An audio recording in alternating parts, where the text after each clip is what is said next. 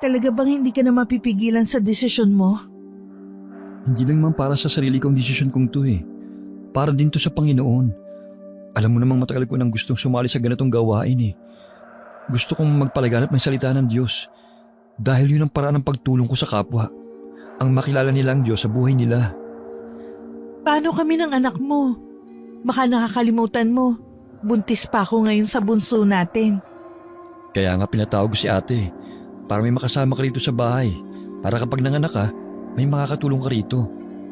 Mahal, hindi ko maaaring talikuran ng tungkuling binigay sa akin. Hindi yun ikalulugod ng Panginoon.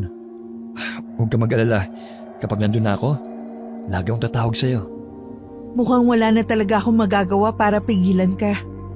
Lalong hindi ko pwedeng hadlangan ang gusto ng Panginoon para sa'yo. Basta kapag umalis na ako, huwag ka masyadong magpapagod ha. Si ate nang bala sa mga gawaing bahay.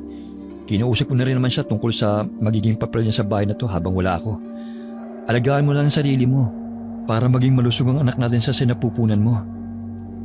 Oo, aalagaan ko ang sarili ko at baby natin. Ikaw rin, huwag mong pababayaan ang sarili mo doon ha. Huwag kang magpapalipas sa oras ng pagkain. Kilala pa naman kita kapag nakatutok ka sa isang bagay. Nakakalimutan mo nang kumain. Oo, tatanda ko ang lahat ng mga bilin mo sa akin. Para kapag bumalik ako dito, hindi naman ako mangayayat ng husto. Tsaka tingin ko magiging maayos naman ang unang pagsali ko sa misyon. Puro kasi lingkod ng simbahan ng mga kasali. Alam ko rin gagabayan kami ng Panginoon. Saan man kami magpunta. Mabuti naman kung ganon. Siya nga pala, maya-maya susunduin ka na ni Pastor Edwin. Wala ka na ba nakalimutan na dadalhin? Wala na, mahal ko. Naimpake ko na lahat. Tingin ko naman wala na akong nakalimutan pa. Bakit ka umiiyak? Para saan yan? Wala to. Wag mo na lang akong pansinin. Normal lang to dahil mamimiss kita. Naiisip ko rin ng mga susunod na araw na wala ka sa piling ko. Parang hindi ko kaya eh. Ikaw talaga. Magkakalayo lang tayo. Pero hindi naman ako tuluyang mawawala eh. Hayaan mo, pagbalik ko, babawi ako sa inyo ng mga bata. Huwag mo na lang akong pansinin. Ganito lang ang mga buntis. Masyadong emotional. Niyakap na lamang ni Jasper ang asawa. Ramdam din niya ang pangungulila sa asawa at sa magiging anak nila. Pero buo na ang desisyon niya na tanggapin ang misyon na yon. Masakit man sa kanya ang malayo ng matagal sa pamilya.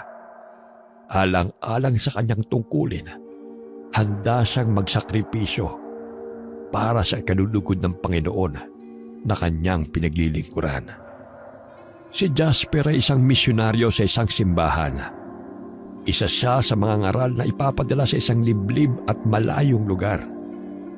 Kasama niya roon ang mga pastor at iba pang mga misyonaryo. Matagal ang biyahe papunta sa lugar na yon at mahirap ding puntahan dahil napakalayo. Mananatili sina Jasper doon sa loob ng 1 taon at balak din nilang magtayo doon ng simbahan. Nang kumalas ang asawa, pinahid niya mga luha sa pisngi nito. Malungkot namang ngumiti sa kanya ang asawa. Mabuti pa, puntahan mo na sa kwarto ang anak mo. Siguradong mamimiss ka nun ng sobra. Magpaalam ka na sa kanya bago pa dumating si Pastor Edwin. O sige, pupuntahan ko lang siya. Agad namang pinuntahan ni Jasper ang 3 taong gulang na anak at naabutan niya itong naglalaro sa loob ng kanilang kwarto. Dahan-dahan niya itong kinarga saka pinupog ng halik sa mukha na ikinahagik-gik nito. Anak, aalis na si Papa ha. Magpapakabait ka kay Mama at saka kumain ka ng gulay ha. Pagbalik ko, mamamasyal tayo at ibibili kita ng maraming laruan. Gusto mo ba yon? Nakangiting tumango ang paslit. Maluha-luha namang niyakap ni Jasper ang anak. Karga pa rin niya ang anak nang lumabas ng kwarto. Ilang saglit pa ay may kumakatok na. Ang kapatid ni Jasper ang nagbukas ng pinto. Ang nasa labas ay may katabaang lalaki na nakangiti sa kanilang lahat. Siya si Pastor Edwin. Mataas ang katungkulan nito sa kanilang simbahan. Magandang tanghali sa inyo. Handa ka na ba, Jasper? Oho, kanina pa po ako nakahanda. Nagpapaalam na lang po ako sa mag-ina ko. Mabuti naman kung ganon. Nasaan yung mga gamit mo? Tutulungan na kita. Teka lang ho, kukunin ko lang po yung iba. Konti lang naman po yung dadaling ko para hindi masyadong mahirap bitbitin. Ganun nga din ako Konti lang ang dinala kong gamit. Lisa, buntis ka pala. Wala kasi nababanggit si Jasper na buntis ka pala. Opo. 6 na buwan na po. Kaya nga po medyo mahirap sa amin ang pag-alis ni Jasper. Okay lang ba sa'yo na matagal na mawawala ang asawa mo? Baka kasi hindi kanya mapuntahan kapag manganganak ka na. Opo, okay lang naman po. Napag-usapan na rin naman po namin yun ni Jasper. Handa na po akong magsakripisyo, alang-alang sa tungkulin niya. Mabuti naman at napag-usapan nyo na. Medyo may kalayuan nga yung lugar na pupuntahan namin at mahirap magpabalik-balik. Siya nga pala, may makakasama ka ba rito sa bahay habang wala yung asawa mo? Opo, dito po muna titira ang kapatid ni Jasper. Mabuti naman kung ganon. Kailangan mo talaga ng kasama dahil buntis ka. Ilang buwan na lang manganganak ka na. Basta dapat lagi kang manalangin at magbasa ng Biblia. Makakabuti yan sa pagbubuntis mo. Huwag mo masyadong alalahanin si Jasper at sigurado akong magiging maayos ang kalagayan niya ron. Hindi namin siya pababayaan. Opo, alam ko naman po yun, na kapag kayo ang kasama ng asawa ko, palagi siyang nasa mabuting kalagayan. Buti naman kung ganon. Mukha namang maayos na ang lahat.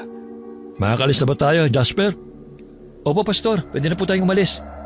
Kung ganon ay tayo na at hinihintay na tayo ng mga kasama natin. Bago bitbitin ang mga gamit, ay hinalikan muna ni Jasper sa noo ang kanyang asawa. Yumakap din siya sa kanyang anak at kapatid na nalulungkot din sa kanyang pag-alis. Pagkatapos ng pagpapaalam, mabilis niya nang binitbit ang ilang gamit at saka walang lingon-lingon na lumakad palabas. Habang kinakarga ang mga gamit sa likod ng sasakyan, nilapitan siya ng mga kabataan na naturuan niya dati. Isa-isang nagpaalam ang mga ito sa kanya. Sa daling oras din na kinausap niya ang mga ito, pinilinan na huwag kakalimutan ang kanyang mga turo. Ilang saglit pa, lula na siya sa sasakyang kasama ang iba pa.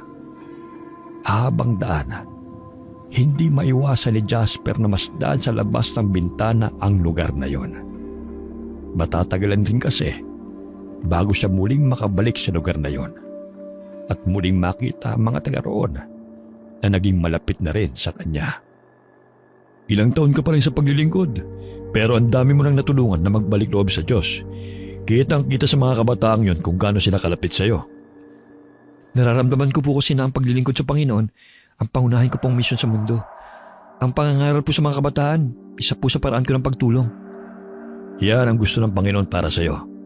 Tingnan mo, nung wala ka pa sa simbahan at nagpapakaabala sa mga makamundong gawain, magulo ang buhay mo. Hindi ka gaya ngayon. Namumuhay ka ng payapa sa piling ng mabait mong asawa at mabubuting tao sa paligid mo. Yan ang bunga ng paglilingkod mo sa Diyos. Hindi ko nga po akalain na makakabangon pa ako. Tuluyan ako nawala ng pag-asa noon. Sandaling bumalik sa alaala ni Jasper ang mga pangyayari ng nakaraan niya bago siya naging misyonaryo. Sa hirap na dinanas niya noon, nagkaroon pa siya ng matinding depresyon dahil sa masamang karanasan. Si Pastor Edwin ang kaisa-isang tao na tumulong sa kanya ng mga panahong yon. Para muling makabagon, tinuro nito ang tamang landas na tatahakin niya. Malaki ang pasasalamat niya rito dahil ito ang nagbigay daan sa kanya para mas lalo niyang makilala ang Panginoon sa buhay niya. Biglang lumingon sa kanya ang may edad ng pastor. Tila nabasa nito ang nasa isipan niya. Ilang taon na lang ako sa paglilingkod. Ikaw ang napipisil kong pumalit sa akin. Gusto mo bang maging pastor? Po? Alam ko po na wala nang ibang pastor na makakatapat sa inyo. Pero kung mabibigyan po ako ng pagkakataon, hindi ko po tatanggihan ang alok nyo. Alam mo, kapag pastor ka na, Alam kong mas marami ka pang matutulungan. Malay mo, ito palang nais sa'yo ng Diyos. Sa bagay nga po, hindi po ako pwedeng tumanggi kapag ang Panginoon ang naglagay sa akin sa ganyang tungkulin. Nakakataba sa puso ni Jasper ang mga tinurang yun ng pastor. Hindi kasi niya akalain na napakalaki ng tiwala sa kanya ng hinahangaan niyang pastor. Sobrang nagagalak ang puso niya ng mga sandaling yun. Samantala, gabi na nang makarating sila sa barko na sasakyan nila, papunta sa kanilang destinasyon. Sa barko ay makakasama pa nila ang iba pang pastor at mga ngaral na nagmula pa sa iba't ibang lugar. Nang makasakay na roon, ay naghiwalay muna sila ni Pastor Edwin dahil kakausapin pa nito ang iba pang tao roon. Napagdesisyonan ni Jasper na magpahangin muna sa labas ng barko. Habang nakatambay roon, ay nahuli niya ang isang mga ngaral na patagong naninigarilyo. Oh, kapatid, anong ginagawa mo?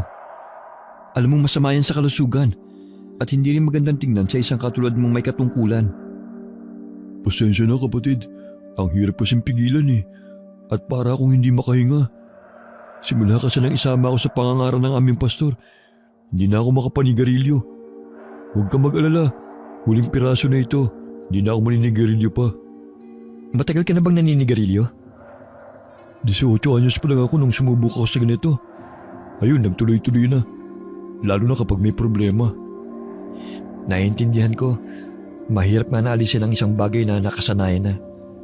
Ikaw kapatid, nagkaroon ka rin ba ng bisyo bago ka naging isang mangangaral? Wala akong naging bisyo noon. Bilang kaisa-isang anak na lalaki sa aming pamilya, nagkaroon ako ng matinding disiplina sa sarili. Dahil ako lang ang inaasahan ng mga magulang ko Tanging ako lang kasi ang katuwang nila sa gastusin sa bahay noon. Kumusta pala ang pamilya mo? Ang mga magulang mo? Buti okay lang sa kanila ang misyon mo. Dahil sa tanong na yon ni Marlon, ay bigla niyang naalala ang trahedya na nangyari sa kanyang mga magulang. Yun ang hindi niya makakalimutang pangyayari na hanggang ngayon ay ayaw pa rin niyang pag-usapan. Napansin naman ni Marlon ang bigla niyang pananahimik, kaya binago na lamang nito ang paksa nila. Gano'n ka na pala katagal sa paglilingkod, kapatid? May 10 taon na rin. Matagal na rin pala, no? Nauna ka pa sa akin. Hindi ko na nga namalayan na gano'n na pala katagal. Kung hindi dahil kay Pastor Edwin, wala ako ngayon sa kinalalagyan ko. Lahat ng to, utang ko sa kanya.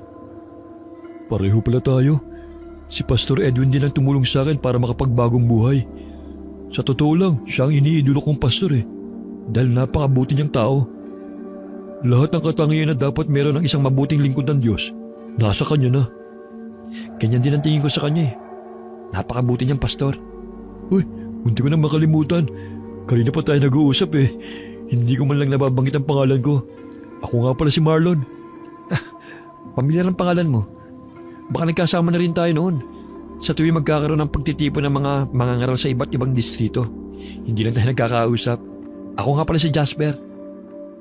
Inabot naman ni Jasper ang nakalahad na kamay ng lalaki. May ilang oras din sila nagkwentuhan bago nakaramdam ng antok si Marlon. Inaantok na ako. Magpapahinga na muna ako sa loob. Ikaw ba? Oo. Magpapahinga na rin ako. Sabay na tayo. Sige kapatid. Maraming salamat sa oras Nag-enjoy ako sa kwentuhan natin. Siya nga pala. Paalala lang to Sana mangangaral tayo. Dapat tayo magsilbing magandang ehemplo sa ibang tao. Isa pa, masama sa kalusugan ng paninigarilyo. Oo naman. Pangako, huling sigarilyo ko na yon. Siya nga pala, ramdam ko kanina habang nag-uusap tayo na may dinaramdam ka pa dyan sa dibdib mo na hindi mo mapakawalan. Ang may papayo ko sa'yo, kung ano man yun, pakawalan mo na yan at ipaubahan mo na lang sa Diyos ang lahat ng sakit na nararamdaman mo. Oo, tama ka. Naghihintay lang ako ng tamang panahon kung kailan ibibigay ng Panginoon ang kapayapaan na hinihingi ko.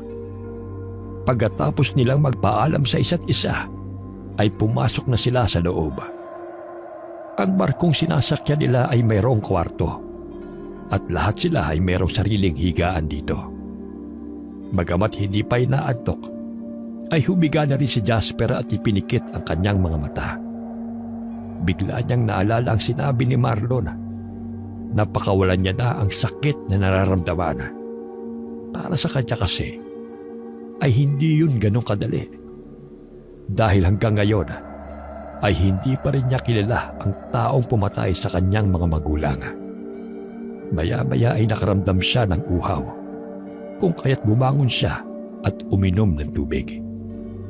Ilang sandali pa, nakarinig siya ng mga yabag. Binuksan niya ang pinto dahil nagbabaka sakali siya na si Pastor Edwin ang palakad-lakad. Pastor? Pastor, magpahinga na po kayo. Malalim na ang gabi. Ha? Bakit walang sumasagot? Di yata si Pastor yun. Baka ibang tao. Madilim ang hallway, kaya naman nakaramdam ng kaba si Jasper. Wala rin siyang naaaninag na tao.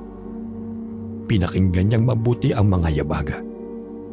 May kakaiba sa yabag na kanyang naririnig. Para bang nagmumula yon sa isang malaking tao. Mabigat kasi ang bawat bagsak ng mga paa nito. Dala ng kuryosidad, sinundan niya ang mga yabag na naririnig. Nagulat pa siya nang biglang may nagsalita sa kanyang likuran. Pagharap niya sa pinanggagalingan, nakatayo sa di kalayuan si Pastor Edwin. Nawala na rin ang mga yabag na naririnig niya kanina. Bakit hindi ka pa natutulog? Aba, ikaw na lang yatang nasa labas ng ganitong oras Ay, hindi po kasi ako makatulog eh. May narinig po kasi akong malakas na yabag kanina. Wala po ba kayong narinig? Wala naman. Nasa labas ako at nagpapahangin. Saan po kaya galing yung yabag na nadinig ko? Parang galing sa malaking tao eh. Kung ganon, di sana narinig ko. Baka pagod lang yan, iho. Kaya kung ano na lang nadidinig mo. Kung mabuti pa, bumalik ka na lang sa silid nyo. Kailangan mag-ipon ka ng lakas para bukas. Baka nga po pagod lang ako. Pasensya na po at naabala ko pa kayo. Sige po, babalik na po ako sa kwarto ko. Matulog ka na at kailangan mo nang iba yung lakas para sa mga susunod na araw. Opo, matutulog na po ako. Kayo po, magpahinga na rin po kayo. Oo, babalik na rin ako sa kwarto. Jasper, huwag ka na mag-iisip ng kung ano-ano. Ipanatag mo ang kalooban mo. Tumanguna lamang siya sa mga tinura ng pastor sa kanya. Nang makabalik na sa kwartong inuuko pa, nahiga na rin siya at pinilit na makatulog. Inalis na rin niya sa isip ang narinig na yabag. Dahil pagod din naman sa biyahe nila kanina, agad na rin naman siyang nakatulog. Kinabukasan ay nagkita silang muli ni Marlon at napagdesisyonan nila na sabay na silang kumain ng almusal. Habang kumakain ay naisipan niyang itanong kay Marlon ang tungkol sa yabag na narinig niya kagabi. Marlon, pagkatapos ba natin mag-usap kagabi, nakatulog ka na? Sa totoo lang, hindi pa. Nawala ang antok ko kaya nagbasa lang muna ako ng Biblia. Bakit mo inaitanong? Wala ka bang narinig na malakas na yabag kagabi? Wala naman. Nalaman mo kung kanino yung mga yabag na yon? Kasi kagabi, bumangon muna ako para uminom ng tubig. Tapos pagbangon ko, nakarinig ako ng mga yabag. Hindi to pangkaraniwang yabag eh. Hindi to pangkaraniwang yabag ng isang taong naglalakad. Malakas yun. At tila ba yabag ng isang malaking tao? Oo, masyado kasi akong focus kagabi sa pagbabasa. Kaya wala akong narinig. Baka hampas lang ng mga alon ang narinig mo kagabi. Baka nga.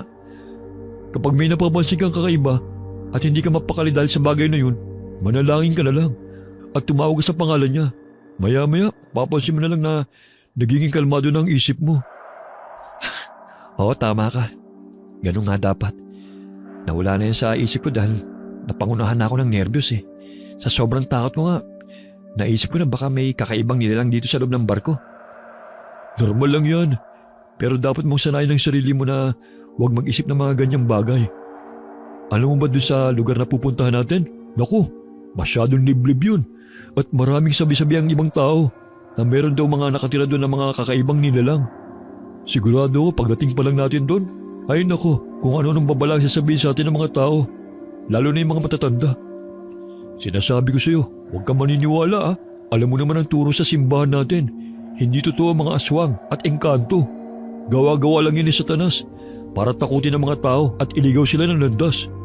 Ang punto ko rito, maaaring kapanipaniwala para sa atin ang mga sasabihin ng mga tao sa lugar na yon. Kaya dapat, huwag tayo magpapa-apekto. Dahil kapag nagpa-apekto tayo, para na rin tayong naniwala sa dyablo. Dalawang bagay lang ang ibig sabihin pag naniniwala ka sa mga ganun. Mahina ang pananampalataya mo o di kaya naman ay nasisira ka na ng ulo. Tama ka. Baka nga guni-guni ko lang yun. Tinanong ko nga si Pastor Edwin kagabi. Pero sabi niya, wala rin daw siyang narinig. Baka nga guni-guni mo lang yun kapatid. Huwag mo na masyadong isipin. Ginagabay naman tayo ng Panginoon eh. Hindi niya tayo pababayaan. Napanatag naman ang isip at kalooban ni Jasper sa mga sinabi sa kanya ni Marlon. Nagkibit balikan na lamang siya at itinuloy na pagkain. Iniba na rin nila ang kanilang pinag-uusapan. Makalipas ang 15 oras na biyahe sa barko, ay nakarating na rin sila sa kanilang patutunguhan. Gaya ng sinabi ni Marlon, masyadong liblib ang lugar na ito. At kailangan pa nilang umakyat sa mataas na talampas upang makarating sa lugar.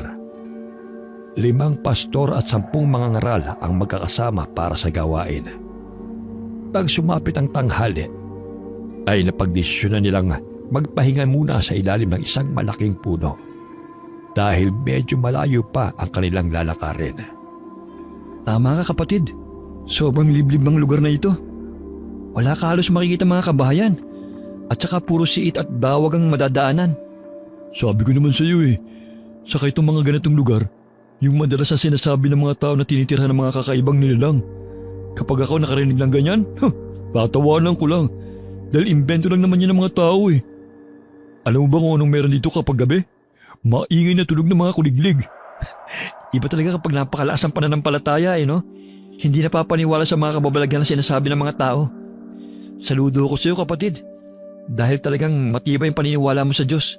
Oo naman. Wala akong ibang paniniwalaan kundi ang Diyos. Dahil siya lang ang nagligtas sa akin. Habang nag-uusap ang dalawa, ay biglang lumapit sa kanila si Pastor Edwin at inabutan sila ng kanin at ulam na nakabalot sa dahon ng saging. Kumain muna tayo bago tayo magpatuloy sa paglalakad. Malayo-layo pa ang ating lalakarin. Bago tayo makarating sa lugar na tutuluyan natin. Panigurado, gutom na gutom tayo bago tayo makarating doon. Opo, Pastor. Maraming salamat po. Siya nga pala, mabuti nagkakilala na kayo ni Marlon. Kayo ang isa sa pinaka-aktibong kabataan noon na natulungan ko magbagong buhay dahil sa salita ng Diyos. Opo, Pastor. Kagabi nga lang po kami nagkakilala habang nagpapahangin kami sa labas ng barko. Nagkakasama na rin po kami noon sa mga pagtitipon pero hindi po namin siguro napapansin ang isa't isa. Sa totoo lang kayo ang isa sa pinakamatandang misyonaryo dito. Halos lahat ay baguhan pa lang at bata pa. Inaasahan ko na isa kayo sa gagabay at magtuturo ng tama sa kanila. O sige, kumain muna kayo at mamimigay pa ako ng pagkain sa iba niyong kasamahan. Sige po, Pastor. Salamat po ulit. Nang tumalikod si Pastor Edwin, nanalangin muna ang dalawa bago hinarap ang pagkain. Habang kumakain, nasundan pa nila ng tingin ng pastor nila na namimigay ng pagkain sa iba nilang kasamahan. Si Pastor Edwin talaga yung leader na masasabi kong sobrang mapagkumbaba. May iba kasing leader na gusto nila sila yung laging pinagsisilbihan. Dahil lang sa pinuno sila at mas mataas. Tama ka. Saka sa ilang taon na nakasama ko si Pastor, ayaw niya na tinuturing siya na parang santo. Mas gusto niya kasi na siya nagsisilbi kaysa siya ang pinagsisilbihan. Totoo yan. Ipinapakita kasi sa atin ni Pastor kung anong klaseng leader ang dapat nating pamarisan. Sa tuwing nakikita ni Jasper ang pastor sa ganong ginagawa, ay lalo siyang nagkakaroon ng inspirasyon na tumulong pa sa ibang nangangailangan. Lalo na sa mga nalilihis ng pananampalataya. Pagkatapos kumain, nagpahinga lang sila sandali at saka itinuloy ang paglalakad. Habang nasa daan, nakasalubong nila ang isang matandang lalaki na naglalakad. Dala ang mga sinibak na kahoy sa kabila ng kainitan ng araw sa katanghaliang tapat. Nakaagaw yun ang kanilang atensyon dahil wala ba lang itong dalang pandong o anumang saklob sa ulo. Tumigil sila sa tapat ito upang batiin ito. Kapansin-pansin din na may katanda na ito, pero malakas pa rin ang katawan para sa ganong gawain. Si Pastor Edwin ang unang bumati sa matanda. Ang init ng pagsisibak natin ng kahoy, Taya. Wala ba kayo dyan kahit anong pandong? Baka ma-heat stroke po kayo. Nakakapasong init ng araw ngayon. Ay sus, ayos lang ako. Sanay naman ako eh. Hindi kasi kami makakapagluto ng tanghalian at hapunan kapag hindi ako nangahoy. Sa umaga naman kasi masyadong maraming ginagawa sa taniman. Kaya sa tanghali lang talaga may pagkakataon kami kumuha ng maraming kahoy. Ganun po ba? Napakasibag niyo naman po. Huwag niyo pong kalimutan na magbaon ng tubig dahil madali tayong mauhaw kapag ganito kainit. Oo naman, may baon ako rito isang boteng tubig. Kapag naman nauubusan ako ng tubig, marami naman akong nadadaan ng bukal. Doon ako kumukuha ng tubig na maiinom. Ganun po ba? Ayos po yan. Siya nga po pala. Kami po ay mga misyonaryo at mananatili kami sa inyong lugar sa loob ng 3 taon. Abay, kayo pala sinasabi ni Kapitan na pupunta sa aming lugar. Kung gano'n saan kayo tutuloy? Doon po kami tutuloy sa dormitoryo na malapit sa barangay hall. Nako, medyo malayo pang inyong lalakarin. Nako, mag-iingat kayo. Opo, salamat po sa paalala. Sana sa susunod na araw ay makadalaw po kami sa inyong bahay. Nako, hindi malabo yun. Malapit lang sa dormitoryo ang aming bahay. At tiyak ako na madali nyo yung mapupuntahan. Sige po, Tay. Mauna na po kami. Mag-iingat po kayo. Nauna nang humakbang sina Pastor Edwin at ibang mga kasama niya. Si Jasper naman ay nahuli sa paglalakad. Nagulat pa siya nang tawagin siya na matandang lalaki. Iho, mag-iingat ka. May kakaiba akong nararamdaman. Po? Saan po? Hindi ko muna sasabihin. Bibigyan kita ng pagkakataon para ikaw makatuklas. Pagkatapos sambitin ng mga katagang iyon, naglakad na palayo ang matandang lalaki. Nakaramdam naman ng kaba si Jasper ng mga oras na iyon. Hindi niya alam, nakatingin pala si Marlon nang kausapin siya sandali ng matandang lalaki. Anong sabi ng matanda? Wala. Sinabi lang niya na mag-iingat tayo sa ating paglalakad. Bakit parang namumutla ka? Dahil siguro sa sobrang pagod. Kanina pa kasi tayo naglalakad eh. Uminom ka kaya muna ng tubig. Sige. Nakakapanibago rin kasi ang init dito. Inilihim na lang muna ni Jasper ang tungkol sa sinabi ng matandang lalaki. Hindi rin kasi siya nakakasiguro kung dapat ba siyang maniwala sa matandang yun. Matapos ang ilang oras nilang paglalakad, ay narating na rin nila sa wakas ang kanilang destinasyon. Hindi na gaanong liblib sa dormitoryo na kanilang tutuluyan dahil meron na rin itong ilang mga kabahayan at katabi rin ito ang barangay hall. Pagkarating nila sa loob ng dormitoryo ay inayos na nila ang kanilang mga gamit. Sa silid na kanilang tutuluyan, 2 tao sa bawat kwarto. Ang magkasama sa kwarto ay sina Marlon at Jasper. Nasa 2 palapag ang kwartong inuukupan nila. Matapos makapag-ayos ng gamit, ay nagpahinga na si Marlon sa kanyang higaan. Habang si Jasper naman ay panayang hanap ng signal sa kanyang cellphone. Hanggang sa naisipan na nga nitong umakyat sa bintana. Dahil doon lamang siya nakasagap ng signal. Jasper! Anong ginagawa mo dyan? Baka mahulog ka. May kataasan pa naman yan. Naghanap kasi ako ng signal eh. Napakahirap pala magkaroon ng signal sa lugar na ito dahil masyadong malayo sa kabayanan. Sino ba yung tinatawagan mo? Yung asawa at anak ko. Magpapahinga na muna ako. Mamaya na ako tatawag sa amin. Nang makahanap ng signal, agad na kinontak ni Jasper ang asawa. Agad namang may sumagot sa kabilang linya. Hello, mahal? Pasensya na ngayon lang ako nakatawag. Wala kasing signal sa barko eh. Kadarating lang namin dito sa dormitoryo na tinutuluyan namin. Mabuti lang may signal dito. Mabuti naman maayos kayong nakarating dyan. Kumusta naman dyan? Ayos lang, mahal. Medyo nakakapagod lang ang paglalakbay namin. Ilang oras na yun nilakad namin eh. Nakakakain ka ba ng tama dyan? Oo naman, mahal. Huwag ka mag-alala. Kapag si Pastor Edwin ang kasama namin, hindi niya kami hayaang magutom. Kayo ba? Kumusta kayo dyan, mahal? Ayos naman, mahal. Yung anak mo, katutulog lang. Napagod sa paglalaro. Dinala kasi ni ate yung mga anak niya rito sa bahay para may kalaro siya. Nalungkot kasi nung umalis ka at lagi kang hinahanap. Mabuti naman at may nakakalaro ng anak natin. Basta kapag namimiss niya ako, sabihin mo na lang na ibibili ko siya ng paborito niyang laruan. At pagbalik ko, marami akong pasalubong para sa kanya. Oo, sasabihin ko yan. Sa ngayon siguro, medyo naninibago pa siya. Dahil kakalis mo lang, alam mo naman na makaamay itong anak mo. Kaya nga eh. Ikaw na lang bahala kapag hinahanap niya ako. Ikaw pala, kamusta ang pakiramdam mo? Madalas ka pa rin bang makaramdam ng pananakit ng tiyan? Hindi na masyado. Kasi lagi akong pinaglalaga ni ate ng halamang gamot. Sa tingin ko, mabisa yun. Kaya hindi na sumasakit ang tiyan ko. Ikaw ba? Kumusta naman ang mga kasama mo dyan? Maayos naman sila. Lahat sila mababait. Pero meron akong nakilala na sobra kong nakasundo. At magkasama kami sa iisang kwarto. Marlon ang pangalan niya. Mabuti naman kung ganon. Hindi ka ba nakakaramdam ng kakaiba dyan sa lugar na tinutuluyan nyo? Hindi ba nabanggit mo nung nakaraan na masyadong liblib ang lugar na pupuntahan nyo? Wala naman akong nararamdamang kakaiba rito, mahal. Sabi nga nung kasama ko eh, huwag ko raw pagtutunan ng pansin yung mga ganong bagay. Manalangin daw ako at magbasa ng Biblia. Tama yan, mahal. Ganyan lang talaga ang dapat mong gawin. Saka palagi mo akong tatawagan, ha? Oo naman, mahal. Palagi kitang tatawagan kapag may pagkakataon. Siya nga pala, ibababa ko ng tawag ko ha. Magpapahinga na muna ako.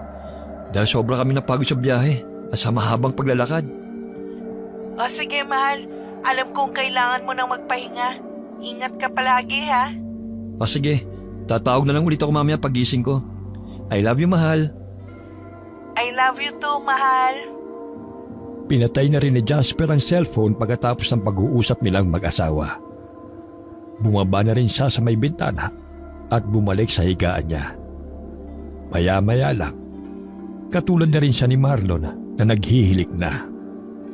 Bandang 11:00 na ng gabi nang magising si Jasper mula sa isang mahimbing na tulog. Nakaramdam siya ng uhaw at gutom kung kaya't tumungo siya sa kusina ng dormitoryo. Siya lamang ang gising ng mga oras na yon. Tanging ang nag-iisang ilaw na may malamlam na liwanag lamang ang tumatanglaw sa kanya. Dahan-dahan din ang kanyang mga kilos dahil baka makaistorbo siya sa mga kasama. Wala yatang nagluto ng pagkain. Mukhang lahat pagod ah. Tinapay na nga lang ang kakainin ko. Pagkatapos kumain ng isang pirasong tinapay at uminom ng tubig, naglakad nang pabalik si Jasper sa kwarto nila. Habang naglalakad nga, naulinigan na naman niya ang mga yabag na narinig niya noon sa barko. Sa pagkakataong yun, mas malinaw sa kanya yun.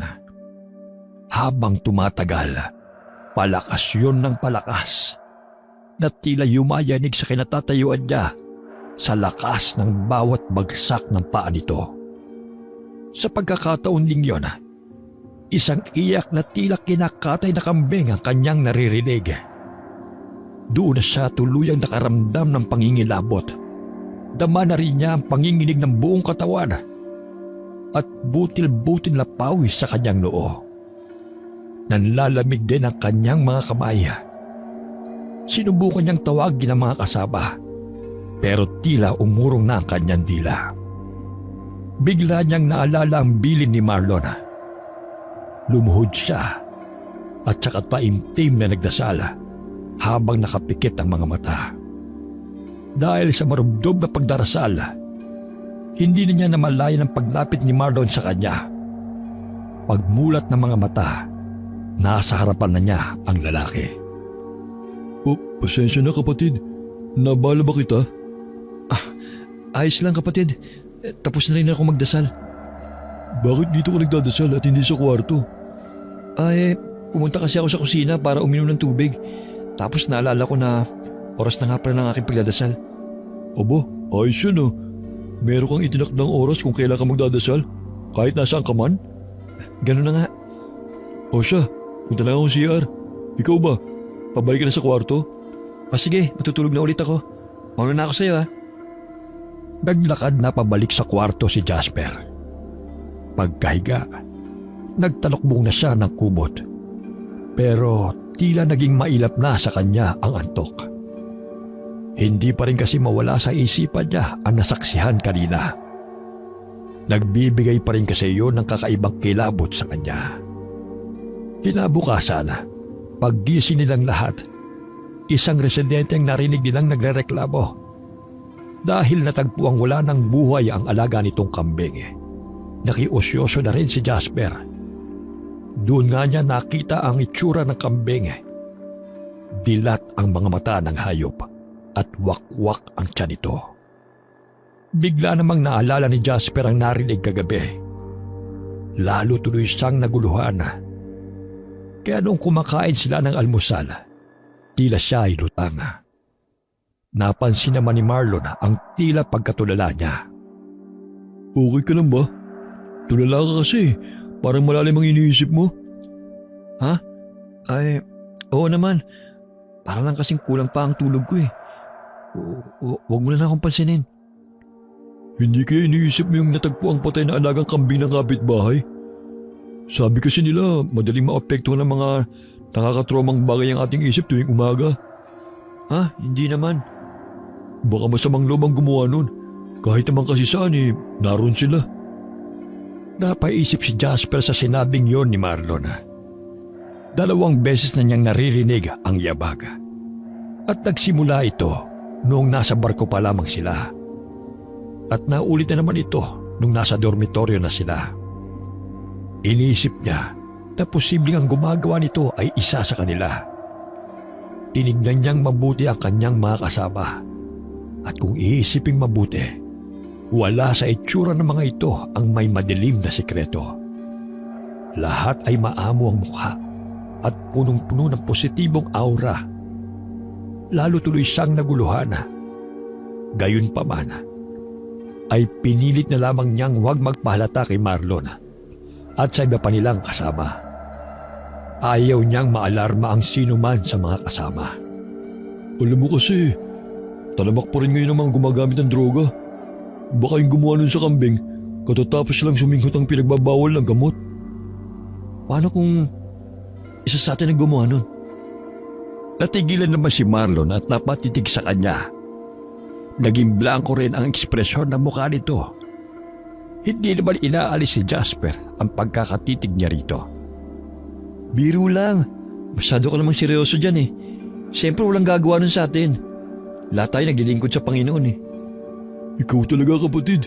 Pinapakaba mo ako. Akala ko seryoso ka eh. Minsan, sumasagi din sa isip niya na baka si Marlon ang nasa likod ang naririnig niyang yabag. Pero iwinaksi rin niya yon sa kanyang isipan. Kasalanan kasi ang magbintang na lang ng basta-basta. Sa isip na lamang humingi ng kapatawaran si Jasper sa maling pag-iisip tungkol sa lalaki. Pagkatapos ng almusal, nagsimula na sila magturo at mangaral sa mga residente roon. Matapos ang pagbabahay-bahay, ay napag-alaman nila na marami ang nakakaranas ng mga iba't ibang klase ng karamdaman. Naisip nila na isang magandang pagkakataon yun para maituro sa kanila ang salita ng Diyos, para magkaroon ng pag-asa ang mga tao rito. Alam din ni Jasper na matutulungan niya ang mga ito dahil kapareho niya ng karanasan ang mga ito. Natapos ang maghapong yon na marami silang naturuan tungkol sa Biblia at bumalik sila sa dormitoryo na pagod na pagod. Magkasabay pang humiga sa higaan ang dalawa. Mahirap pala talaga ang kondisyon ng isang taong mayroong karamdaman sa pag-iisip. Hindi na maalis sa kanilang kalungkutan at meron pang mga tao na nakakakita ng kung ano-anong bagay. Naranasan ko yan noon, kapatid. Alam mo ba kung paano ako gumaling sa karamdaman ko? Paano? Nanalig lang ako sa Diyos. Palagi kong binabasa ang sinasabi sa Filipos, talata 4, versikulo 13 na sinasabi dito, lahat ay aking magagawa sa pamamagitan ni Kristo na aking tagapagligtas. Tama yan. Siguro yun ang dahilan kung bakit ka dinala rito upang mangaral, no? Upang matulungan ang mga tao na nagkakaroon ng problema sa pag-iisip. Ganoon na nga siguro.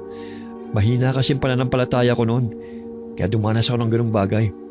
Kumonsulta ka rin ba noon sa mga espesyalista? Kumonsulta naman, pero mas malaking porsyento ang naitulong ng pagbabasa ng Biblia at pagdarasal kung bakit ako gumaling sa aking karamdaman. Natatandaan ko pa nga, araw-araw akong dinadalo ni pastor at kinukumusta, kung kaya't mas naging mabilis ang aking paggaling. Dapat maging katulad din tayo ni pastor para matulungan natin ang ating mga kapatid dito. Dahil nakasalamuhan niya ang ilang residente na may sakit sa pag-iisip, naisip ni Jasper na baka humihina na ang kanyang pananampalataya. Baka isa yun sa dahilan kung bakit kung ano-ano na naman ang nakikita at naririnig niya. Naisip din niya, baka bumabalik na ulit ang naging sakit niya noon. Nakaramdam naman siya ng takot. Ayaw na kasi niyang malagay sa ganoong sitwasyon. Buong gabi siyang gising. Itinuon na lamang niya ang buong isip sa pagbabasa ng Biblia. Maya-maya, bumangon siya para magbanyo. Habang nasa loob ng banyo, nakarinig na naman siya ng mga mabibigat na yabag. Sinundan pa yon ng mga tahulan ng mga aso.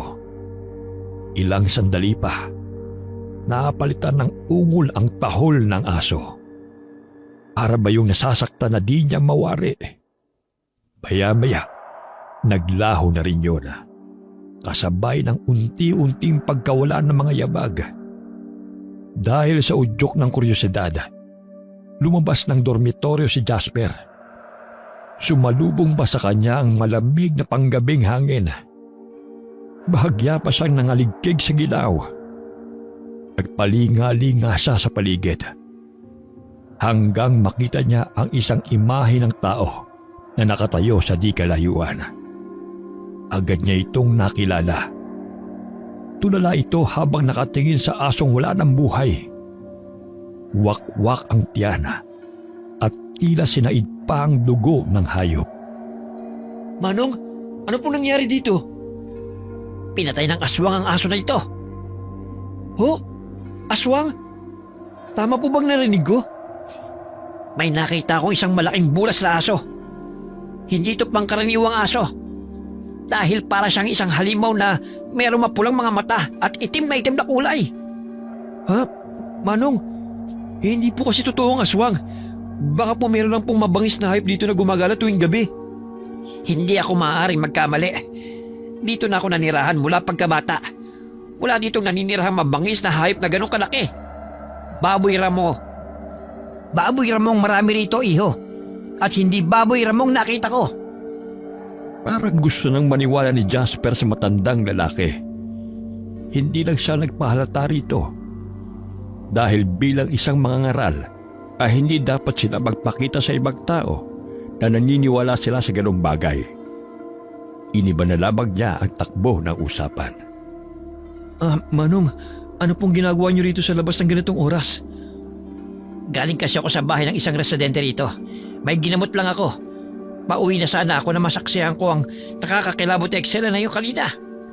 Kung ganun po mag-ingat kayo. Delikado po ang ganitong oras. Palasak na rin po kayo sa ganitong lugar ang mga masasamang loob. Dahil baka isa sa mga kasama ninyo ang merong masamang loob. Nung hindi pa kayo dumarating dito, ay wala pa nangyayaring kakaiba. Lalo na ang pagkamatay ng kambing kahapon at aso naman ngayon. Hindi mo pa lubos na kilala ang mga kasama mo. Napatigalgal naman si Jasper sa kanyang kinatatayuan. Habang si Mang Kepweng ay naglakad na palayo. Nang mawala na ang matandang lalaki, nagmamadali naman siyang pumasok na sa loob ng dormitoryo. Hanggang makapasok siya sa kwarto, ay laman ng isip niya ang nangyari. Kinabukasan, maaga muli silang bumangon para simulan ang kanilang pangangaral. Naghiwa-hiwalay sila at bumuo ng grupo na may 3 kasapi. Si Marlon, Jasper at Pastor Edwin ang magkakagrupo. Napagdesisyonan nilang pumunta sa bahay ni Mang Kepweng, gaya ng pangako nila rito noong nakaraang araw na dadalawin nila ito. Hindi naman makapaniwala si Jasper dahil hindi na komportable ang pakiramdam niya sa matanda dahil sa nangyari noong gabi. Sa bahay ni Mang Kepweng tayo pupunta? Ganun na nga. Hindi ba't nangako tayo nung isang araw na dadalawin natin siya? Oo nga pala. Sige na. Bilisan na natin nang marami pang bayang mapuntahan natin ngayong araw. Sige po, Pastor. Huminga na lamang ng malalim si Jasper para kahit mapano mabawasan ang nararamdamang tensyon. Ayaw din niya kasing makahalata ang mga kasama, lalo na si Pastor Edwin, na meron siyang itinatago. Pagdating nila sa bahay ni Mang Kepweng, naabutan nila itong nagwawali sa bakuran nito. Nang makita sila, agad itong tumigil at sinalubong sila. Magandang araw ho, Manong. Gaya po ng pangako namin, nandito na po kami. Anong kailangan niyo sa akin? Narito po kami upang magdala ng magandang balita at dalawin kayo gaya ng sinabi namin nung nakaraang araw nang magkasalubong tayo. Nako, pasensya na ho pero wala akong oras dahil marami akong gagawin. Hindi naman po kami magtatagal. Mga kaunting minuto lang po ang hihingi namin sa inyo. Masyado akong abala para maglaan ng ilang minuto sa inyo. Ganun po ba? Kailan po ba kayo hindi abala para madala ulit namin kayo? Bukas po kaya? Walang araw na hindi ako abala dahil marami akong trabahong ginagawa. At saka isa pa, hindi ako naniniwala sa sinasabi niyong magandang balita. Nagulat si Jasper dahil sa sinabing yun ni Mang Kepweng, kung kaya't naisipan niyang sumabat sa pag-uusap ng dalawa. Pastor, mukhang hindi interesado si Manong sa mga ganitong gawain dahil isa siyang albularyo. Lumipat na lang po tayo sa ibang bahay. Mukhang tama yung sinabi. Sige po, Manong. Pasensya na po sa abala. Mauna na po kami sa inyo. Pagpalain po kayo ng Diyos. Habang palayo silang tatlo, hindi natiis ni Jasper na hindi lingunin ang matandang lalaki. Nakatingin din ito sa kanila. Pinuntahan na lamang nila ang kasunod na bahay ng matandang lalaki.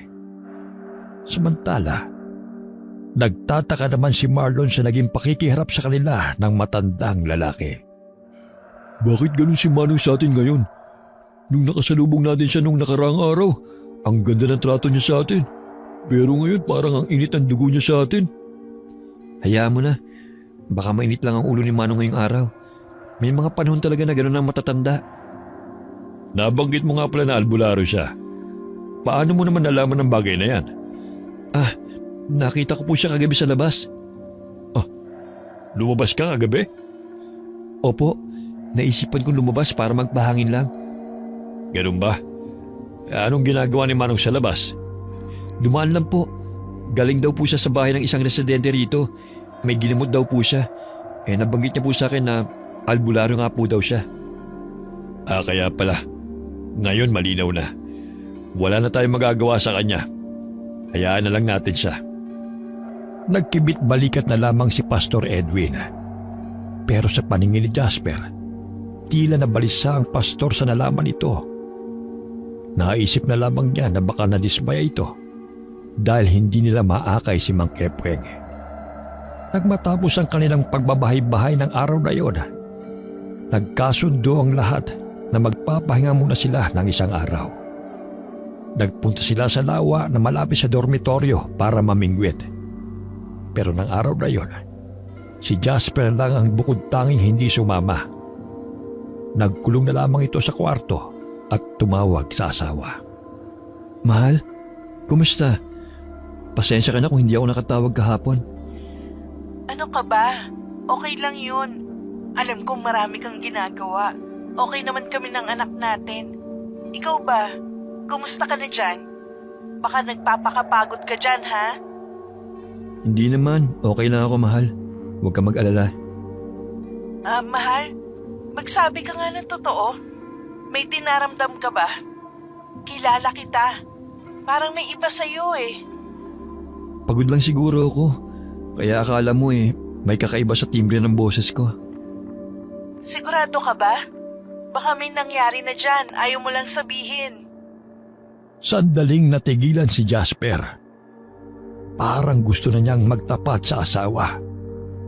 Pero ayaw niyang mag-alala pa ito sa kanya Gusto lamang niyang mapawi ang kalungkutan at pangungulila na nararamdaman niya rito at sa anak nila. Ano, mahal? May nangyari ba dyan? Magsabi ka lang sa akin. Dahil alam mo naman na palagi ako makikinig sa'yo. Naguguluhan lang kasi ako sa mga nangyayari. Ilang beses na ako nakakarinig ng malalakas na yabag tuwing gabi.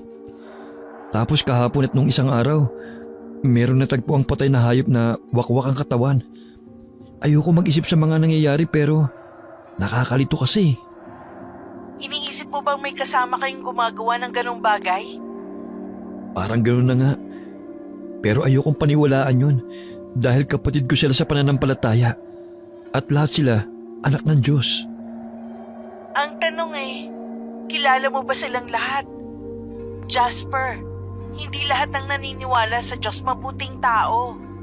Tao lang din sila at makasalanan. Tsaka, paano kung ang isa dito sa amin hindi totoong tao?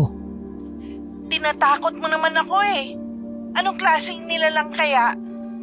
Mahal, hindi pangkaraniwang yabag ang nadidinig ko tuwing gabi. Hindi ito yabag ng isang pangkaraniwang tao. Tuwing araw, lihim ako nagmamasid sa mga kasamahan ko. Baka isa sa kanilang gumagawa ng kababalaghan. Paano mo naman nasisiguro na isa nga sa kanila ang tinutukoy mo? Baka taga-Real lang ang gumagawa nun. Dahil una ko siyang narinig sa barko nung nasa biyahe pa lang kami. Kaya sila ang pinaghihinalaan ko. Wala ako sa tabi mo. Pero sana maliwanagan ang isip mo. Huwag kang bibitaw sa pananampalataya. Magdasal ka lagi na sana bantayan kayo habang nandyan kayo. Ayoko na ulit bumalik ka sa dati. Kaya manalig ka lang sa kanya. Lagi rin kitang ipagdadasal na malampasan mo kung ano man ang nangyayari dyan. Lagi mong tatandaan, lagi lang ako nandito, ha? Maraming salamat, mahal, sa iyong pangunawa. Ikaw lang makakaintindi sa akin. Kung sasabihin ko sa mga kasama ko rito, alam ko hindi nila ako paniniwalaan. Hindi talaga maniniwala sa'yo ang mga kasama mo. Dahil para sa kanila, hindi totoo ang mga ganyang bagay. Dalawang bagay lang ang maaari nilang isipin. Ang una, nasisiraan ka na ng isip. At ang pangalawa, humihina ang pananampalataya mo sa Diyos. Tama ka. Ganyan din ang sinabi sa akin ni Marlon. Basta palagi mong isipin na hindi ka nag-iisa. Nandito ako palagi para sa'yo. Magkalayo man tayo ngayon, pero isang tawag mo lang, nakaantabay ako.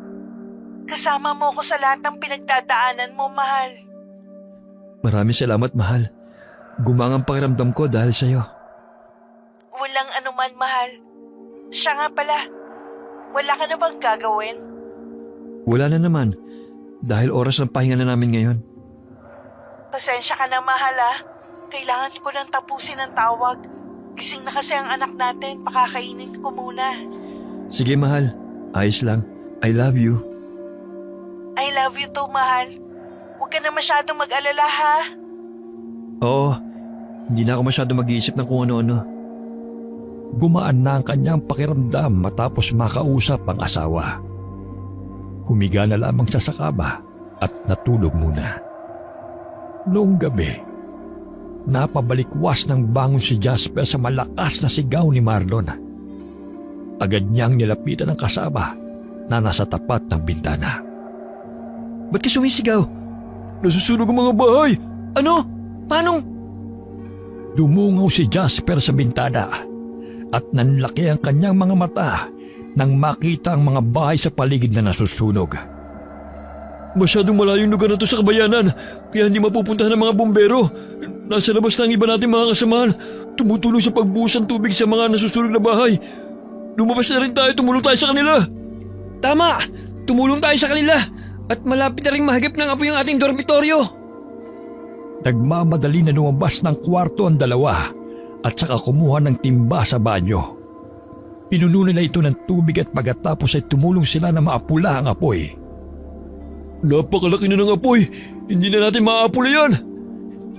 Wala na bang tao sa loob? Naitanong ko na yan sa isa nating kasama. Sabi niya wala na naman daw tao sa loob. Lahat ay nakalabas na.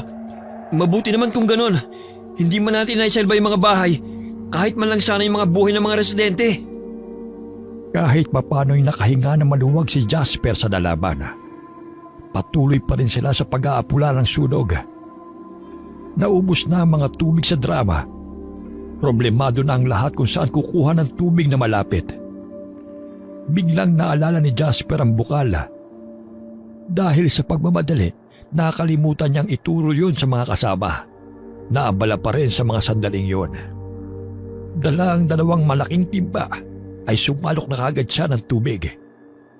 Pagtayo niya ay muli na naman niyang narinig ang malakas na yabag na palagi niyang naririnig. Hanggang sa naramdaman niya ang marahas na paghinga ng isang nilalang. Nakaramdam si Jasper ang pangangatog ng tuhod ng mga oras na yun. Kaya nagmadali na siyang umalis. Ngunit hindi pa man siya nakalalayo, ay nakita niya sa isang sukalan ang mapulang bolang kristal na tila palapit sa kanya. Agad siyang napakaripas ng takbo kay Marlon. Ano nangyari sa'yo? Ayos ka lang ba? Ayos lang. Si Pastor Edwin, nakita mo ba siya? Hindi, bakit? Nawawala si Pastor. Kanina ko pa siya tinatanong sa mga kasama natin Pero sabi nila, hindi rin daw nila alam kung nasan siya. Bahagya namang natigilan si Jasper. Hindi niya alam kung saan nanggagaling ang masamang kutob niya sa pastor. Pilit niyang iwinawaksi sa isipan na masamang iniisip rito. Samantala, matapos ang ilang oras sa pagtutulungan, naapula rin nila ang sunog. Mag-uumaga na matapos nila ito. At doon lamang dumating si Pastor Edwin. Pastor, saan po kayo galing? Kanina pa po namin kayo hinahanap. Hindi niyo siguro ako nakita. Nasa barangay hall lang ako at kinakausap ang kapitan. Tungkol saan po? Maraming pamilyang naapekto ng sunog. Nawalan sila ng tirahan, damit, ari-arian. Kung kaya't ibabahagi kong malaking porsyento ng ating budget para itulong sa kanila. Magtitira naman tayo ng pera para sa ating mga gastusin at pangangailangan. Pero wala mo nang hihingi ng perang pamasahe sa mga gustong umuwi para dumalo sa pamilya. Kailangan sumapat ang ating pera dahil wala rin katiyakan kung mapapadalan tayo ng pera dahil malayo ito sa kabayanan at magiging mahirap ang transaksyon.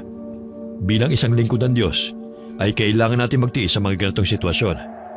Hindi tayo pwedeng sumuko dahil marami pang mga residente sa lugar na ito ang hindi pa natin naaabot. Malinaw ba sa inyo? Naintindihan po namin, Pastor. Naniniwala po ako na hindi rin po tayo pababayaan ng Diyos. Tama, Jasper. Asa nga pala, magsipagayak na kayo at tutungo tayo sa ating mga kapitbahay na nasunugan upang kumustahin sila at mag-abot na rin ng tulong. Agad na kumilos ang iba nilang mga kasama, maliban kay Jasper na nakamasid kay Pastor Edwin. Napansin kasi niya ang pulang mantsa sa kwelyo nito. Habang tumatagal, lalong lumalalim ang paghihinala niya na meron itong itinatagong lihim. Samantala, pumunta na sila sa lugar kung saan tumutuloy ang mga kapitbahay nilang nasunugan. Kinumusta nila ang mga ito at binigyan ng tulong pinansyal. Nalaman din nila ang dahilan ng sunog. May isang binata raw na may sakit sa pag-iisip at sinabi raw nito na habang nakadungaw siya sa bintana ay may nakita siyang isang napakalaking bulas ng aso na may nakakakilabot na itsura. Dahil sa sobrang takot ay kumaripas ng takbo ang binata at aksidenteng natabig ang isang gasera at bumagsak yon sa katabing kurtina na siyang lumikha ng apoy. Hindi naman alam ng ibang taong nasa bahay ang nangyayari. Dahil mahimbing na natutulog ang mga ito, ang binata naman na may sakit sa pag-iisip ay nagkulong sa kanyang kwarto. Gayunpaman, hindi naniniwala ang mga tao sa nakita ng binata. Si Jasper lamang ang bukod tanging naniwala dahil tumutugma ito sa natuklasan niya. Pagkatapos nilang magbahay-bahay, nagtungo sina Jasper at Marlon sa may bukal para maligo. Habang nakaupo sila sa isang malaking bato, ay naisipan ni Jasper na magtanong kay Marlon. Marlon, Hindi ba matagal mo na rin kilala si Pastor Edwin? Sa tingin mo ba, wala siyang itinatago? Ha? Sa tingin ko naman wala. Bakit mo na itanong yan? Kasi di ba, sabi nila, lahat ng tao merong tinatago. Pero sa tingin mo ba, ang isang mabuti at maprinsipyong pastor, magtatago sa atin ng isang sikreto? Kung si Pastor Edwin ang pag-uusapan, mahirapan akong sagutin yan. Alam mo naman na mabuti siyang tao. Nasubukan mo na rin yan sa maraming taon na nakasama mo siya. At isa pa, ikaw na rin naman may sabi, di ba? Na siya ang dahilan kung bakit ka nagbalik loob sa Diyos. Sabagay, tama ka. Hindi rin siguro tama na husgahan kagad ang isang tao nang walang matibay na ebidensya. Oo, tama. Siya nga pala. May nakita akong puno ng mangga ron, oh. Nakikita mo ba?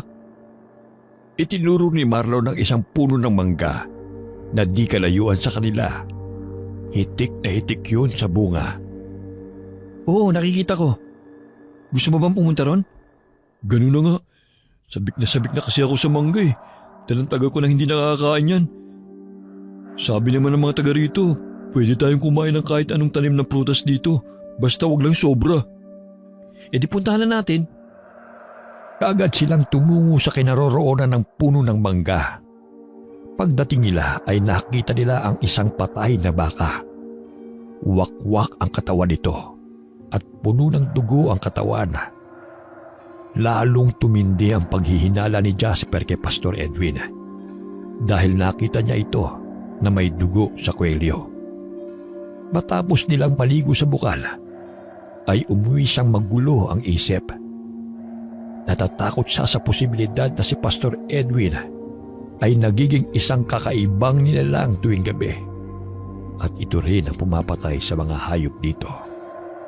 Habang nagpapahinga siya sa kanyang kama, ay biglang tumawag ang kanyang asawa. Nakangiti pa siya nang sinagot ang tawag nito. Pero ang kanyang ate ang nagsalita. At may sinabing isang malagim na balita. Patay na si Lisa, ang kanyang asawa. Nasagasaan ito ng malaking truck habang tumatawid sa kalsada. Ang bata na nasa tiyan nito ay hindi rin nakaligtas.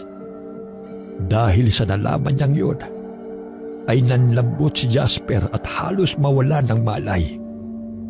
Kaagad naman niyang binilang ang dala niyang pera. Ngunit hindi yun sasapat na pamasahe paalis sa lugar na yon.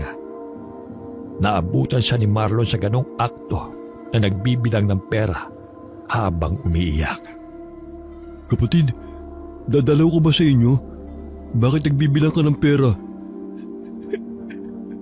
Ang asawa ko, wala na siya.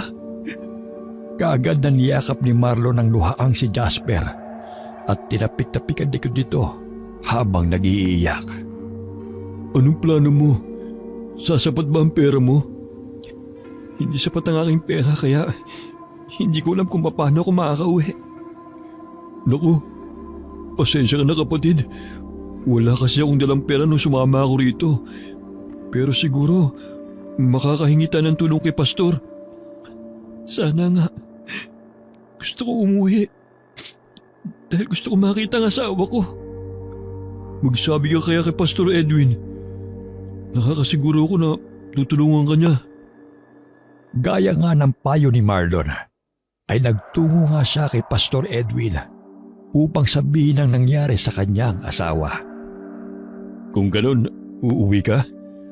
Opo, gusto ko pong makita ang asawa ko kahit sa huling sandali niya. Pasensya ka na kung hindi kita matutulungan. Kukulangin tayo ng budget kung babawasan ko ito. Talagang kakaunti lang ang natira sa ating pera dahil ibinigay natin sa mga kapitbahay nating nasunugan. Babayaran ko naman po sa inyo yung pera pagbalik ko. Babalik din po kagad ako kapag nailibing na yung aking asawa. Hindi ko lang po talaga kakayanin kung hindi ko siya makikita. Naiintindihan kita, Jasper. Dahil sobrang sakit ang nangyari sa iyong asawa. Pero patawarin mo ako dahil hindi kita matutulungan. Lahat tayo rito ay nalagay sa alanganin at kailangan natin itong pagtiisan dahil ito ang gawaing binigay sa atin ng Diyos.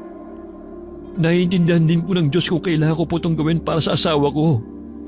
Pastor, sige na po. Tulungan niyo po ako. Gusto ko pong makita ang asawa ko. Bakas sa mukha ang awang nararamdaman ni Pastor Edwin para sa lalaki.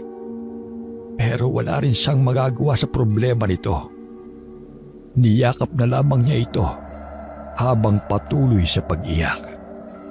Sige Jasper, magdasal tayo at susubukan ko rin na gawa ng paraan. Umasa si Jasper na makakagawa ng paraan ng pastor. Pero sa bandang huli, wala rin itong nagawa para sa kanya. Bumalik ang depresyon ni Jasper dahil sa nangyari. Walang ganang kumain at hindi makatulog. Isang gabi ay naisipan ni Marlon na ayain siyang magpahangin sa labas dahil nais nitong paganin ang kanyang kalooban. Kumusta ang pakiramdam mo, kapatid? Simula nang mamatay ang asawa ko, hindi ko na alam kung magiging maayos pa ako. Napakahirap talaga kapag nawala ng mahal sa buhay. Nagdadasal ka pa rin ba at nagbabasa ng Biblia? Ginagawa ko pa rin naman yun. Hindi ko lang talaga maiwasan na malungkot sa tuwing naiisip ko ang aking asawa. Hindi ko rin alam kung bakit parang pinabayaan na siya ng Diyos. Sinabi ko naman sa kanya noon na nabantayan niya palagi ang asawa ko dahil binigyan niya ako ng gawain. Parang hindi niya dininig yung dasal ko. Hindi totoo yan, kapatid. Mahal ka ng Diyos at dumadaan ka lang ngayon sa pagsubok. Inapik-tapik ni Marlon ang likod ni Jasper upang pakalmahin ito. Napatingin naman si Jasper sa isang sukalan sa harap nila. Ganoon na lamang ang kanyang pagkabigla dahil may nakita siya roong isang malaking bulas na aso. Makapalang itim na kulay ng balahibo nito. Mapupula ang mga mata at halos kasing taas ng isang malaking puno. Kagyat siyang napapitlag dahil sa nakita. Nagulat naman si Marlon dahil sa ginawa niya. Ano nangyari sa'yo? Okay ka lang ba? Nakita mo ba yun? May malaking bulas na aso. Itinuro ni Jasper ang sukalan sa harap nila kung saan niya nakita ang nakakatakot na nilalang. Pagtingin doon ni Marlon ay wala na ito doon. Wala naman ah. Wala akong nakita. Baka umalis na. Sigurado ako. May nakita akong isang malaking bulas na aso. Hindi. Isa siyang halimaw. Kapatid, pumasok na tayo sa loob at manalangin tayo.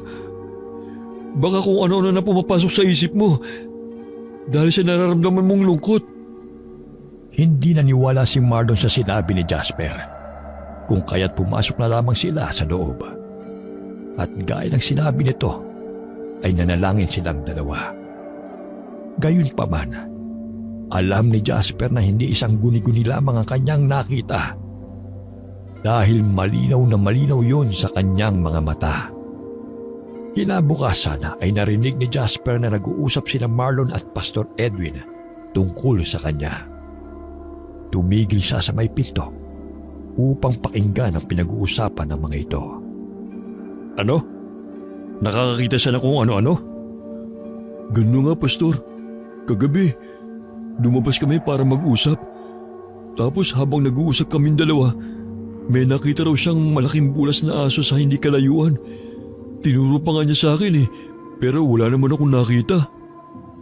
Siguro, sobrang nang nararamdamang lungkot ni Jasper dahil sa pagkamatay ng kanyang asawa. Kaya nagkakaroon na siya ng hallucination. Posible rin na humihina ng pananampalataya niya sa Diyos. Kaya siya nagkakaganon. Ano pong dapat natin gawin sa kanya, Pastor? Mamaya pangangaralan natin siya tungkol sa Biblia. Kailangan ding iparamdam natin sa kanya na hindi siya nag-iisa. Nang marinig niya ang sinabi ni Pastor, ay kaagad siyang umalis ng dormitoryo. Hindi niya maintindihan ang sarili niya ng mga oras na yon. Dahil pakiramdam niya ay nawawala na siya ng tiwala kay Pastor Edwin. Naalala niya ang sinabi ni Mang Kepweng sa kanya. Kaya dito niya naisipang pumunta. Naabutan niya ang matanda na nagwawalis at nagulat pa ito sa kanyang pagdating. Anong sadya mo? Pwede po bang makiinom? Nauuhaw po kasi ako. Pinapasok siya ng matanda sa loob ng bahay nito at inabutan ng isang basong tubig. Kaagad naman niya yung kinuha at ininom na tila uhaw na uhaw. Hindi ako naniniwalang yan lang ang sadya mo rito. May tatanong lang po ako tungkol sa isang bagay. Tungkol saan naman yon, iho? Hindi po ba, nung isang gabi na may namatay na aso, may nakita rin po kayong isang malaking bulas na aso? Oo. Nakita ko ngayon nung gabing yon. Bakit? Nakita ko rin ho siya kagabi. May alam po ba kayo kung anong klaseng nilalang yun? Hindi po ako naniniwala na isa lang siyang pangkaraniwang aso. Iho, ang nakita natin ay isang aswang. Ito ay mula sa lahi ng mga asbo. Posible po ba na ang aswang na yun magkatawang tao tuwing araw? Oo. Talaga nagkakatuwang tao sila sa araw at nagiging aswang sa gabi. Siguro ay natuklasan mo ng sinabi ko sa'yo. Malakas ang kutob ko na isa sa mga kasama ninyo ang aswang. Nagkaroon ng linaw ang isip ni Jasper dahil sa tinurang yon ni Mang Kepweng. Kinagabihan ay bumalik siya sa dormitoryo dahil sa tingin niya ay kailangan niyang mahuli kung sino sa mga kasama niya ang aswang. Matindi ang kagustuhan niyang makumpirma ito. Si Pastor Edwin ang unang-una niyang pinaghihinalaan. Bandang 12:00 ng gabi, dahan-dahan siyang lumakad patungo sa kwarto ni Pastor Edwin. Narinig niya ang mahihinang kaluskos sa loob ng kwarto nito at nanindig ang kanyang balahibo dahil sa maaari niyang matuklasan dito. Nakita niyang nakaawang ang pinto at buong ingat siyang sumilip dito. Tinakpan pa niya ang kanyang bibig upang hindi siya makagawa ng anumang ingay. Nakita niya roon si Pastor Edwin na nakatayo at narinig niya na bigla itong umungol ng malakas. Pagkatapos nito ay nanlaki ang kanyang mga mata dahil sa nakita. Unti-unting nagpalit ng anyo si Pastor. Sa kanyang balat ay nagsimulang humaba ang mga balahibo na itim ang kulay. Mula sa paa hanggang sa mukha. Nagsimula ring humaba ang nguso nito at naging pula ang kulay ng mga mata. Maya-maya pa ay nagkaroon ito ng buntot at ang katawan ay nagsimulang mag-iba hanggang sa naging isang malaking itim na aso na mahaba ang bias at mas malaki kumpara sa isang normal na aso. Nang masaksihan niya yon, ay kaagad siyang kumaripas ng takbo at nakasalubong pa niya si Marlon na napansin ang takot na itsura niya. Anong nangyayari sa'yo? Bakit parang takot na takot ka? Tatagan mong loob mo. Si Pastor Edwin, naging isang malaking bulas na aso. Siyang aswang! Anong sinasabi mo? Hindi yan totoo, kapatid. Labis lang ang kalungkutan mo dahil sa pagkamatay ng asawa mo. Kaya nakakakita ka ng kung ano-ano. Huwag mo naman sanang pag-isipan na masama si Pastor Edwin. Totoo ang sinabi ko. Maliwala ka naman sa akin. Isang aswang si Pastor. Delikadong buhay natin dito. Kailangan natin makaalis dito. Sa halip na maniwala ito sa kanya, hinila pa siya nito papunta sa kanilang kwarto. Wala siyang ibang nagawa kundi mapasunod na lamang dito. Magdasal ka, kapatid. Mahina na ang pananampalataya mo. Kaya nakakakita ka ng kung ano-ano. Hindi totoo ang mga naiisip mo, okay? Tinapik pa ni Marlon ang balikat ni Jasper bago ito lumabas ng kwarto. Dahil sa sobrang takot, ay humiga na lamang siya sa kanyang kama at nagtalokbong ng kumot. Nagdasal siya gaya ng sinabi sa kanya ni Marlon. Pero alam niya na bukod sa pagdarasal ay kailangan niya rin kumilos. Si Mang Kepweng ang kailangan niya ng mga oras na yun dahil nagbabaka sakali siya na may alam itong pangontra sa aswang. Dahil sa naisip niyang yun, ay lumabas siya ng dormitoryo upang pumunta sa matanda. nakita niya sa labas ang malaking bulas na aso na paparating sa kinaroroonan ni Marlon. Dahil sa sobrang takot, ay nagtago muna siya sa isang talahiban at pinanood ang mangyayari. Gayon na lamang ang kanyang pagkagulat dahil biglang sinunggaban ng aswang si Marlon. Nakita niyang binutas ng aswang ang dibdib ng lalaki at saka kinain ang pumipintig-pintig pa nitong puso. Hindi pa ito nakontento. Winakwak ng nilalang na ito ang buong katawan at saka kinuha ang lahat ng laman loob ni Marlon. Para siyang natuklaw ng ahas sa kinatatayuan, lalo na nang mapansin niya na papunta sa kanyang kinaroroonan ng aswang. Halos himatayin si Jasper nang tumambad sa kanyang paningin ang aswang. Labis na nakakakilabot ang itsura nito. Ikaw ang isusunod ko! Pastor Edwin, akit? Bakit mo ginawa yun kay Marlon? Malamang, isa akong aswang at ako rin ang pumatay sa mga magulang mo! Ano? Tinulungan mo ako magbagong buhay? Tapos ikaw pa lang may kagagawa nun sa aking mga magulang? Ngayon, isusunod na kita at ang iba pang mga kasama rito. Kakainin ko kayong lahat!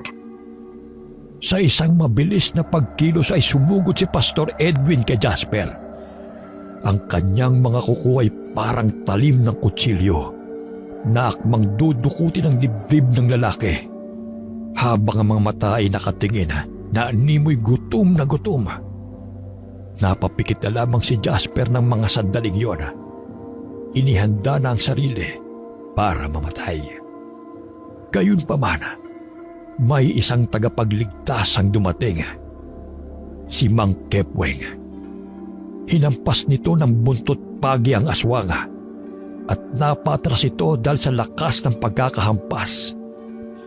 Inulit-ulit pa ni Mang Kepweng ang paghagupit dito hanggang sa ito ay manghina. Ang aswang ay nagngangalit dahil sa sakit pero hindi na nito magawang lumaban. Hindi pa nakontento ang matanda at sinabuyan niya ng bawang ang katawan ng aswang.